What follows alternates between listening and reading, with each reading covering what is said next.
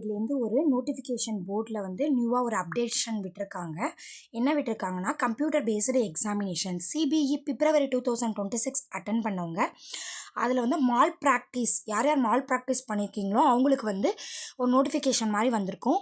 முக்கால்வாசி ரிமோட் எழுதினவங்க கொஞ்சம் எல்லாருமே பண்ணவங்க பண்ணாதவங்க அப்படின்னு இல்லை, எல்லாருமே நீங்கள் உங்களோட லாகின் ஐடி பாஸ்வேர்டு போட்டு உள்ளே போய் பாருங்கள். ஆட்டோமேட்டிக்காகவே அவங்களுக்கு வந்து ஒரு மெசேஜ் வந்திருக்கும்.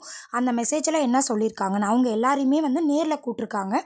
நேரில் கூப்பிட்டு உங்கள் சைடுக்கான வந்து கேட்பாங்க. ஓகேவா, அப்படி பண்ணிங்களா, எதனால் அப்படின்னு சொல்லிட்டு உங்களை மார்க் பண்ணி வச்சு கேட்பாங்க. அதனால் வந்து மால் ப்ராக்டிஸ் பண்ணிருக்கவங்க கொஞ்சம் பாருங்கள், அவங்களுக்கு ரிசல்ட்டு வராது. எதனால் எல்லாருமே நோட்டிஃபிகேஷன் டிலே ஆகுதுன்னு கேட்குறீங்க. ஓகேவா, தோட் சைட்லேருந்து என்ன சொன்னாங்கன்னா, இப்போ computer based examination manual typewriting, manual ஷார்ட்னு எல்லாருக்கும் தனித்தனியாக நடத்துனாங்க. ரிமோட்டுக்கு தனியாக நடந்துச்சு, கம்ப்யூட்டர் பேஸ்டுக்கு தனியாக நடந்துச்சு, மேனுவலுக்கு தனியாக நடந்துச்சு. இப்போ எல்லாத்தையுமே சேர்த்து கம்பைன் பண்ணி ஒரே நோட்டிஃபிகேஷனாக விடுறதுக்காக தான் கொஞ்சம் வெயிட் பண்ணிகிட்டு இருக்காங்க.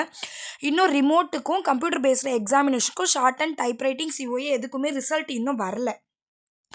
அந்த ரிசல்ட் இப்போ நியூவாக வந்து அவங்க கரெக்ஷன் பண்ணி இப்போ வந்து ஆல்ரெடி இப்போ எல்லா கரெக்ஷன்ஸும் நடந்ததுனால தான் அவங்க வந்து மால் ப்ராக்டிஸ் கேசஸ் யார் யார் பண்ணியிருக்காங்கன்ற லிஸ்ட்டை வெளியில் விட்டுருக்காங்க.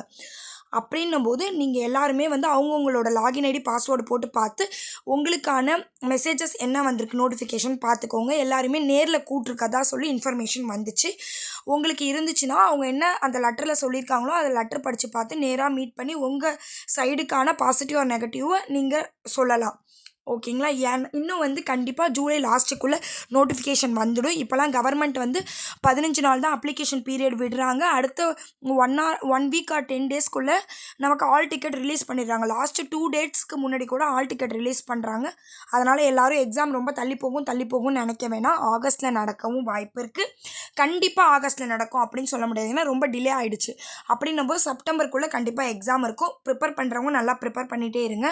தேங்க்யூ.